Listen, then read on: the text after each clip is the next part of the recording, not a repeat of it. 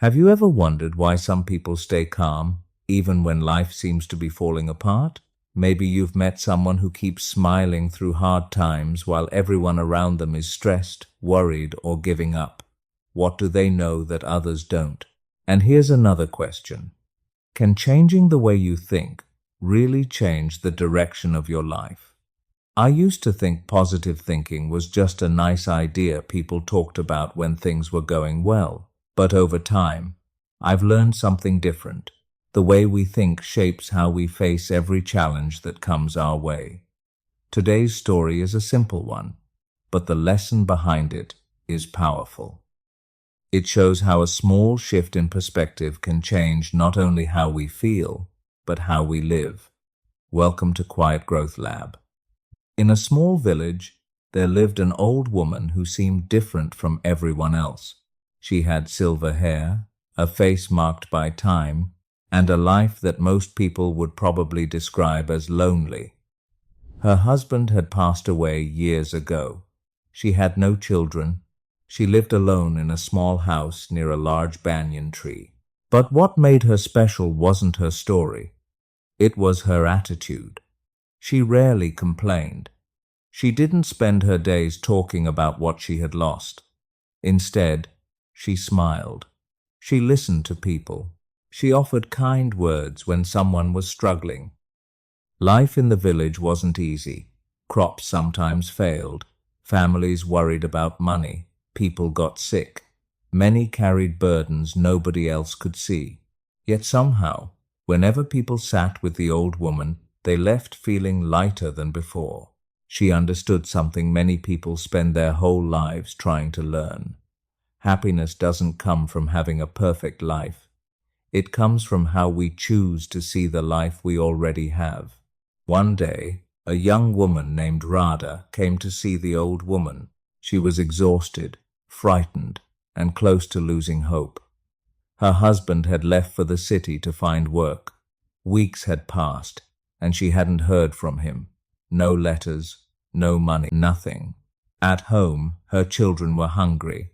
Every day felt heavier than the one before. The more she worried, the more terrible possibilities filled her mind. What if he couldn't find a job?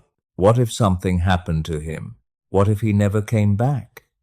The old woman listened quietly and then asked a simple question. "What do you think is going to happen?" Radha answered honestly. She said all she could imagine were bad outcomes. And that's when the old woman shared a lesson that many of us learn the hard way. Very often, we suffer twice. First, we suffer because of the real problem in front of us.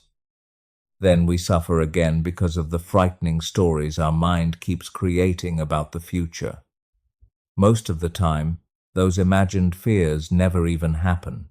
Seeing the fear in Radha's eyes, the old woman gently smiled and said, "Let me tell you a story."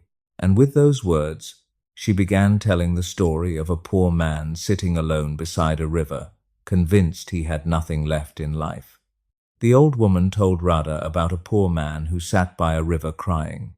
As far as he could see, life had given him nothing. No money, no food, no family.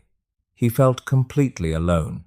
In his mind, all he could see was what was missing. Then an old woman approached him and asked why he was crying. The man said, "I have nothing left." But the old woman looked around and gently smiled. She pointed to the river flowing beside him. She pointed to the trees swaying in the breeze. She pointed to the warm sunlight shining overhead. Then she said, "Are you sure you have nothing?" That simple question changed everything. The man began to realize that his pain wasn't only coming from what he lacked. It was also coming from where he kept placing his attention. And honestly, I think many of us do the same thing.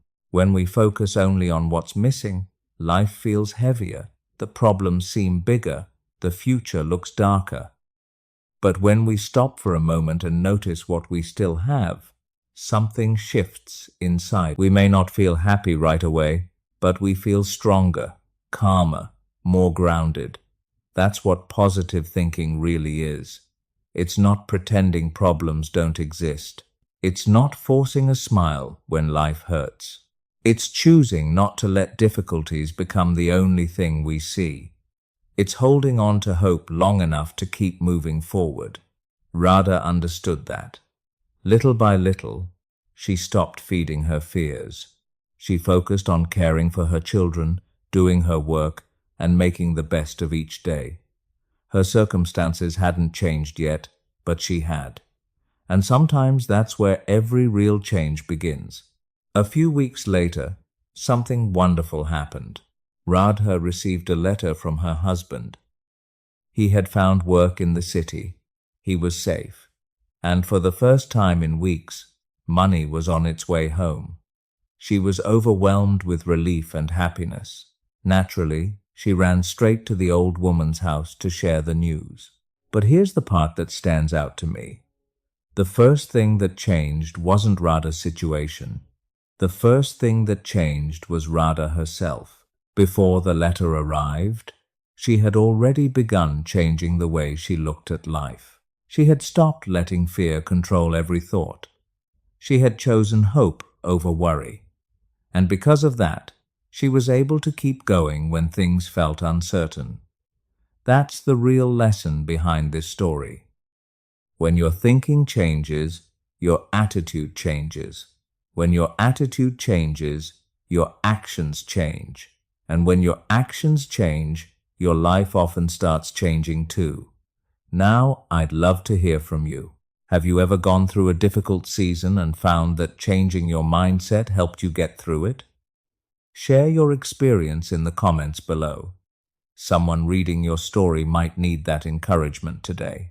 And if you enjoy inspirational stories that help you grow, think differently, and see life from a new perspective, don't forget to like this video, subscribe, and turn on notifications so you never miss a new story from Quiet Growth Lab. Thank you for spending a few minutes with me today. I truly appreciate your time. Take care of yourself, keep moving forward, and never underestimate the power of a hopeful mind. I'll see you in the next story.